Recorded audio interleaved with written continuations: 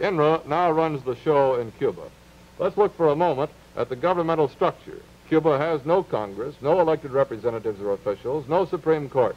Ostensibly, the country has a president, Dorticos.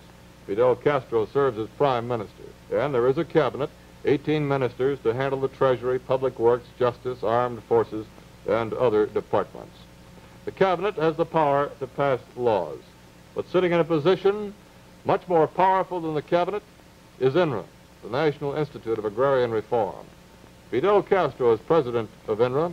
Standing in the background as president of the National Bank is Ernesto Che Guevara. He hasn't an official post in the INRA organization, but his influence is immense. Nunez Jimenez is director. Then INRA is broken down into 3 departments. Pino Santos in charge of industrial development and production. Santos Rios heads the land reforms, and Waldo Medina is chief of revolutionary laws. These men are the big guns in INRA. With the possible exception of Fidel Castro, all of these men are believers in communism. Now, INRA can pass resolutions which have the same power as laws. INRA sends out the instructions down into the 6 provinces of Cuba. Each province is headed by a delegate of INRA. He, in effect, is the governor. Now, the cabinet may not pass any law which would supersede any order from INRA. And so the chain of command places in control of Cuba the dictatorial device known as INRA, which is run by people who would feel more at home in Red China than in the United States. These are some of the resolutions passed by INRA. Resolution number 94, passed November 21st, establishes the Department of Industrialization with full power to run all industries taken over by INRA in that country. Another resolution passed on December 3rd, number 97, extends INRA's powers to be general administrator over sugar refineries. It says, quote, INRA invests itself as owner, user, tenant, subtenant, occupant, controller, or any other title, and will administrate, direct, and govern said industries and all annexations, having as only limitation the rendering of a detailed account only when demanded by INRA. The government thus nationalizes the sugar industry of Cuba and must answer to no one but itself. The government representative who takes over a sugar refinery, a plantation, or any business is called an intervenor. And a business can be intervened merely upon a complaint by employees that all is not going well. Law number 647, passed by the Cabinet November 24th, gives them the power to intervene any business or enterprise where, quote, in a noticeable way, the normal development of production is altered. Each day, farms, cattle ranches, stores, sugar lands are intervened. Signs are posted on some of the properties.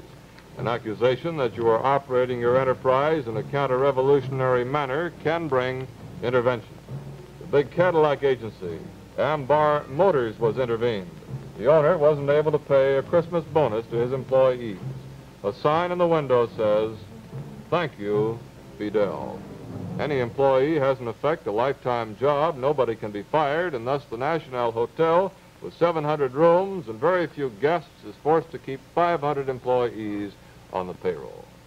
The government says it is not communistic, uses the term state capitalism to describe itself. One thing state capitalism has done is to reform the tax laws. We got that story from the top man in the Treasury. His name, Rufo Lopez Fresquet, Minister of the Treasury. Fresquet, like all top officials, works around the clock, implementing the many reforms.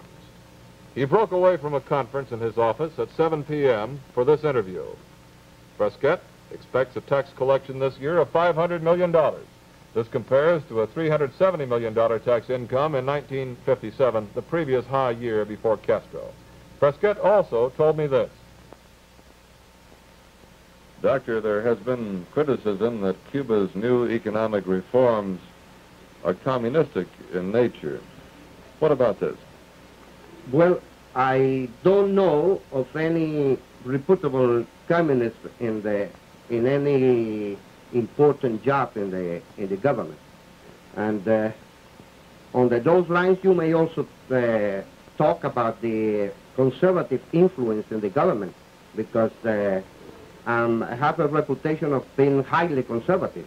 And according with my background, a professor of a Catholic university, economic advisor to the National Association of Manufacturers, economic commentators of Diario de la Marina for more than 20 years. I certainly have a record as a very conservative person, and I'm in a very key job in the government. There has been some criticism that the intervention into private business is, in effect, nationalization by the government of private industry. Is this an unfair criticism, in your opinion? Well, I think that there's a certain degree of nationalization in the program of the government, and that is the proper thing to do. You see, in an underdeveloped country, it has been the experience of all the underdeveloped countries in the world right now, that private enterprise by itself and alone cannot cope with the increase in the rate of economic growth that is necessary. The government has to take care of all the activities that are not attractive to private enterprise. Doctor, there's considerable tension existing today between the United States and Cuba. What do you think are the causes of this tension? How do you think it can be alleviated? That's unfortunately true. I'm well aware of that. I'm well aware because I'm a very good friend of the United States. As I told you privately, I'm married to an American lady, been married for 18 years, and have more relatives in the States than in Cuba. And I like the American people. I studied there. I studied at Columbia University. So this is most unfortunate. But I will say very frankly that the blame is not on us. There has been a distortion of the Cuban situation almost in a permanent way, with very few honorable exceptions in the American press, and that, in my judgment, is the main source of this tension. The Treasury Minister made the point that there is no longer any graft in tax collections. The businessmen admit this also.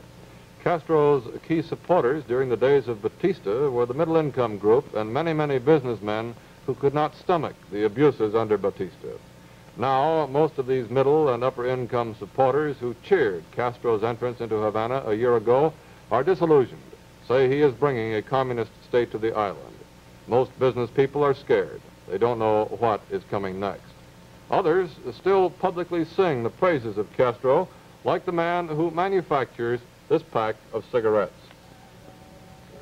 This modern cigarette factory is on the highway from the airport to Havana. Its owner is Domingo Mendez. His father started the business 52 years ago. Mendez is a likable person who is called a millionaire playboy. But as you ride through the streets with him in his chauffeur-driven limousine, you feel resentful stares of the people who look upon a Cadillac as a bad symbol. FIDELl has told them this. The factory itself is modern. The workers have great affection for their boss, have made no complaint to INRA about labor troubles. Mendez isn't worried, though. He says the government will never take over his factory, nor shoe plants or other such businesses, just basic industries.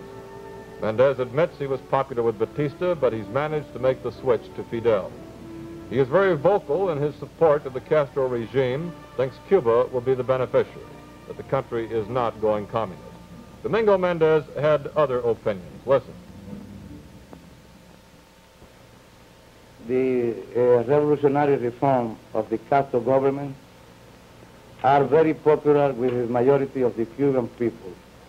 And strange as it might seem, most of the people do not want elections right away because it might interfere with the popular and revolutionary reforms of the Castro government. Next, Mendez talks about nationalization. Well, of course, it might nationalize public, what do you call it? Public service industries, but not industries like aguas or shoe factories or anything like that, no.